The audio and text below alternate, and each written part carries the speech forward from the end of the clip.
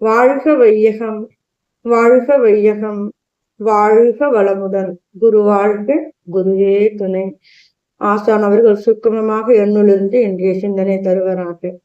குரு வழியாக குணங்களில் நின்று கருவழியாக கணக்கை அறுக்க வரும் வழி வளமாய் அறிவறிந்து அன்பு வழி அருளும் ஆசான் அடிப்பணிந்து எனது உரையை தொடங்குகிறேன்.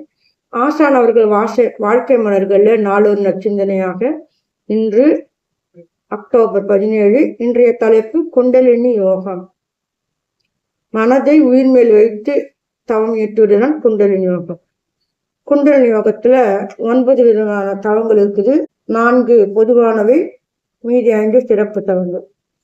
அதாவது இந்த குண்டலினி எங்க இருக்குதுன்னா, ரத்தத்துக்கு இயக்க மையம் இதயம், காற்றோட்டத்துக்கு இயக்க மையம் நுரையீரல், அது போல உயிரோட்டத்துக்கு இயக்க மையம் மூலாதாரம். இந்த மூலாதாரம் முதுகுத்தண்டின் அடிப்படையாக இருக்கு.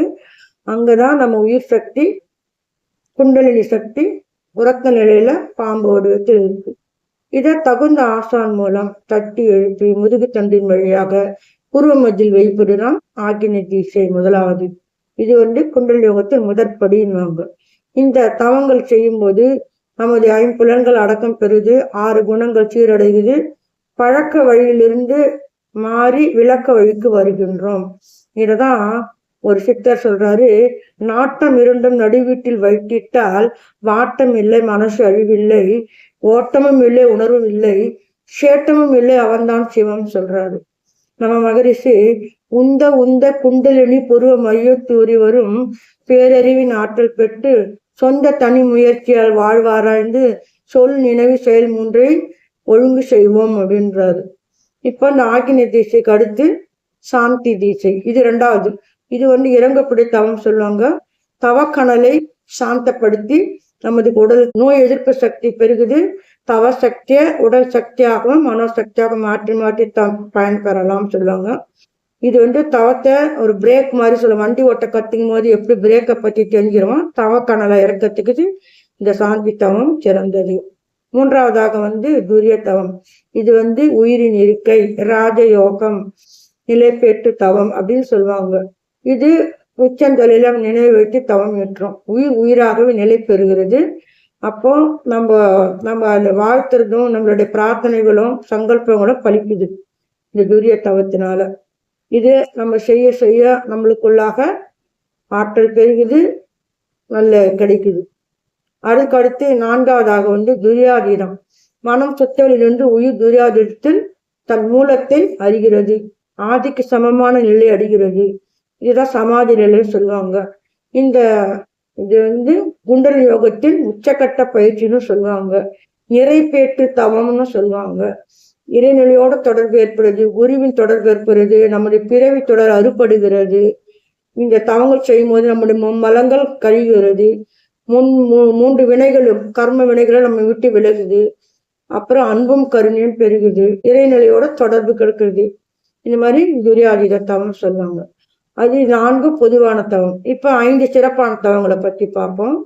பஞ்சேந்திரிய தவம். இது நம்ம 5 புலன்கள், தோல், நாக்கு, மூக்கு, கண்கள், காதுகள் மீது தவம் பண்ணும்போது புலன்கள் அடக்கம் பெறுகிறது, பொருள் கவர்ச்சி நீங்குகிறது.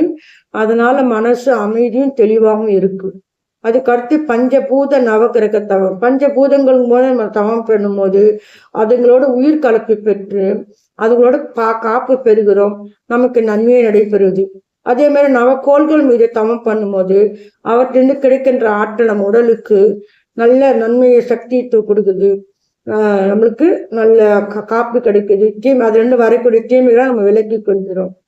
அதுக்கடுத்து 9 மைய தவத்துல நம்ம உடல்ல இருக்கிற 9 மையங்களான, உடல்ல 7 மையங்கள் இருக்கு. அதாவது மூலாதாரம், சுவாதிஷ்டானம், மணிப்பூரகம், அநாகதம், விசுத்தி, ஆக்கினை, துரியம் போன்ற 7 மையங்களையும் நம்ம உடலை கடந்து மேலே பிரபஞ்ச களம் மற்றும் சுத்த வெளியோடு நம்ம மனம் வைத்து தவம் ஏற்றும் போது அந்த அந்த மையங்கள் எல்லாம் இயக்கம் பெறுகின்றன, உடலில் நோய்கள் குறைகின்றன. அதாவது இந்த 9 மைய தவத்தினால என்ன பயன்கள் என்ன, நம்மளுக்கு அறிவு மேன்மை, கல்வி மேன்மை, வாழ்க்கை வளங்கள் எல்லாமே நம்மளுக்கு கிடைக்குது, உடல் நலம் பெறுகிறது, எல்லாமே நம்மளுக்கு நன்மையை நடைபெறுகிறது. அதுக்கப்புறம் நித்தியானந்த தவத்தினால நம்மளுக்கு உடலில் ஒவ்வொரு செல்களும் திணிவு பெறுகிறது, உடல் சுறுசுறுப்பா இருக்குது, நம்மளுக்கு மனசு தெளிவா இருக்கு, நம்மளுடைய ஜீவகாந்த பெருக்கம் ஏற்பட்டு நன்றாக இருக்கிறோம். அதுக்கடுத்து இறைநிலை தவத்தின் மனம் இறைநிலையோடு ஒன்று எல்லையற்ற பறவையோடு மனதை எழுத்த தவங்களும் நம்ம அதுவாக மாறுகிறோம். இந்த மாதிரி 9 வித தவங்கள் செய்து நம்ம ஒவ்வொருத்தருமே ஆற்றல் பெறணும்னு சொல்லுவாங்க. அதாவது வாழ்வின் நோக்கமான இறைநிலையை உணர்தல், அறிவின் முழுமை பெரிய அடைகிறதுக்கு என்ன பண்ணணும்னா எளிமுறை குண்டலினி யோகத்தை பயின்று நமது உடலை நலப்படுத்தி, மனதை வளப்படுத்தி, செயலை முறைப்படுத்தி, நம்ம நானும் வாழ்ந்து பிறரை வாழ வைத்து ஒவ்வொருவரும் நடமாடும் தீர்வு கோயில்களாக வாழ்வோம் என்று கூறி குண்டலினி யோகத்தின் நன்மைகளை கூறி எனது உரையை முடிக்கின்றேன். வாய்ப்பளித்த அனைத்து நல்லுள்ளவர்களுக்கும் நன்றி. வாழ்க வளமுடன்.